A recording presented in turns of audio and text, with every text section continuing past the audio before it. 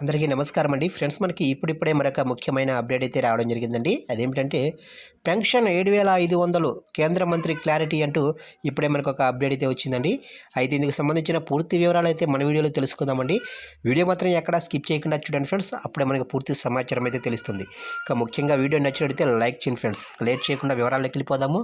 ఇక కనీస నెలవారీ పెన్షన్ను 7,500కు పెంచాలని ఈపీఎస్ 95 నేషనల్ యూజిటేషన్ కమిటీ కేంద్ర ఆర్థిక మంత్రి నిర్మలమ్మను విజ్ఞప్తి చేసింది.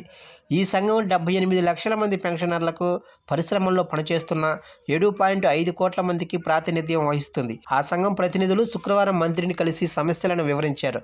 ప్రభుత్వం సానుభూతితో వ్యవహరిస్తుందని, సమస్యకు పరిష్కారాన్ని అన్వేషిస్తుందని ఆమె వారికి హామీ ఇచ్చారు. పెన్షనర్లకు ఆర్థిక భద్రత కల్పించడానికి ప్రభుత్వం కట్టుబడి ఉందని చెప్పారు.